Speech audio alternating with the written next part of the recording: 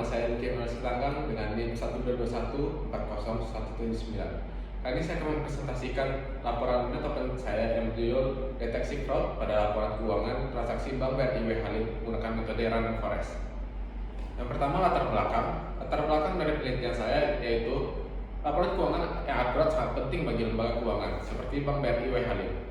Oleh karena itu, untuk mencerminkan kesehatan finansial dan kredibilitasnya, Bank BRI Halim memerlukan sebuah pendeteksian fraud atau kecurangan dalam laporan keuangan untuk memberikan transparansi dan nama baik bagi Bank BRI Halim.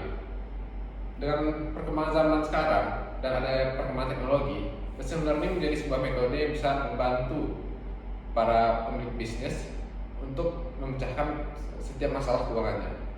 Salah satu metode yang saya gunakan yaitu random forest. Random forest ini bisa memecahkan masalah serta mengevaluasi efektivitas dalam mengidentifikasi kecurangan sehingga bank dapat mencegah potensi kerugian dan meningkatkan transparansi laporan keuangan. Lalu kerumusan masalah, di sini terdapat 3 rumusan masalah yang utama.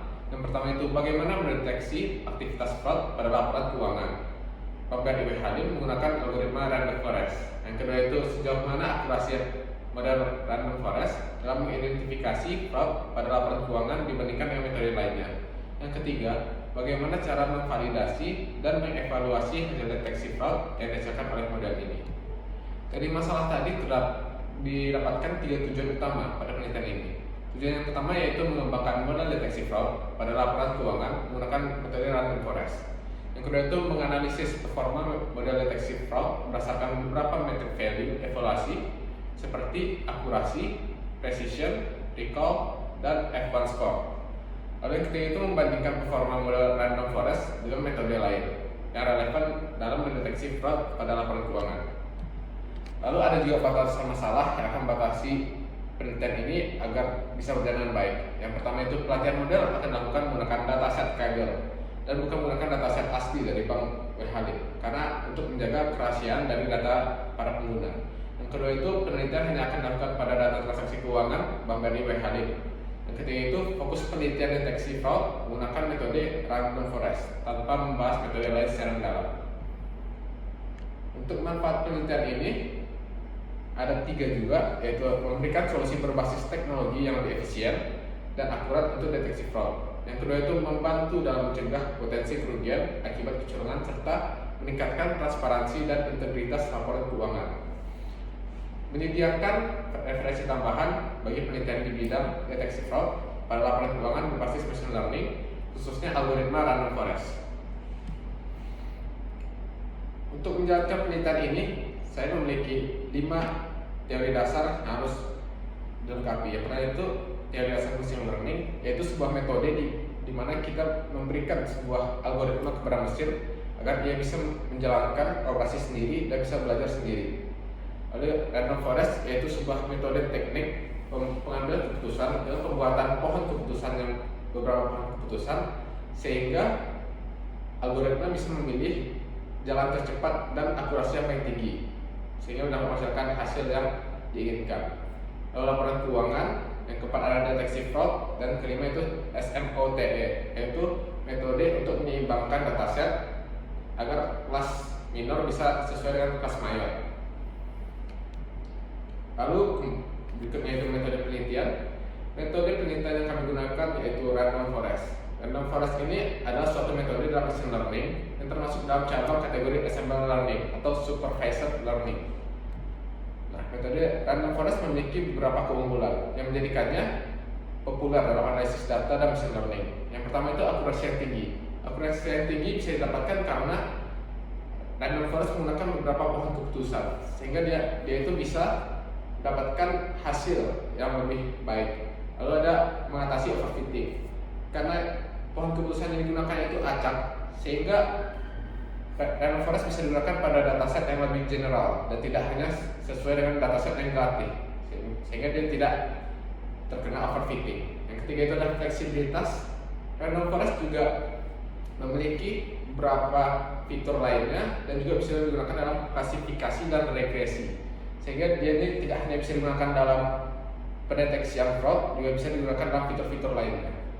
Yang keempat itu adalah toleransi terhadap data tidak seimbang.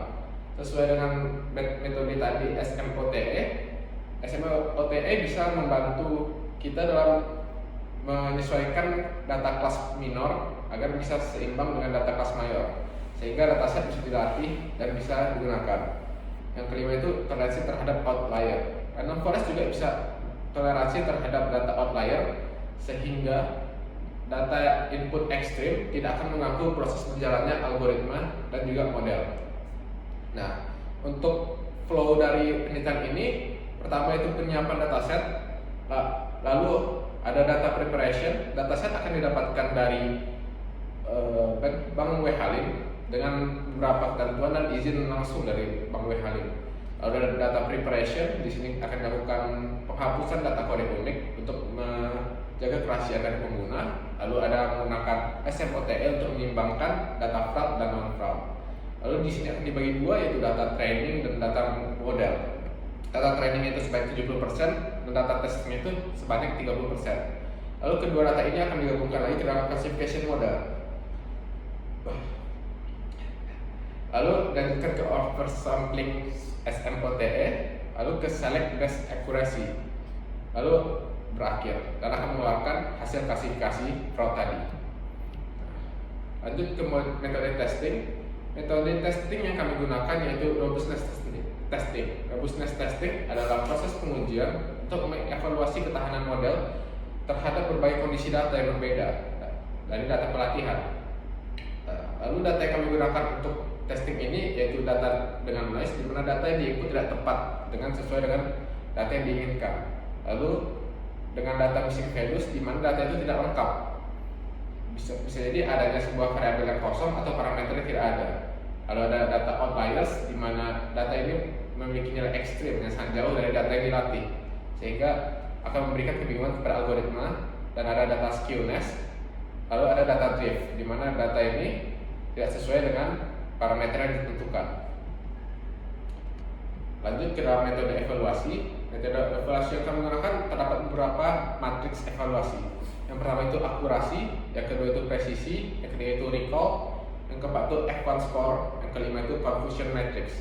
Nah, dari beberapa ini, akurasi tentunya untuk menentukan akurasi dari model itu, lalu presisi untuk menentukan seberapa presisi hasil dari model random forest, lalu recall bagaimana dia akan mengembalikan hasil pelatihan tadi agar bisa digunakan kembali, lalu ada F1 score dan ada confusion matrix akan menentukan skala 1 dan 0 dari data fraud dan non fraud.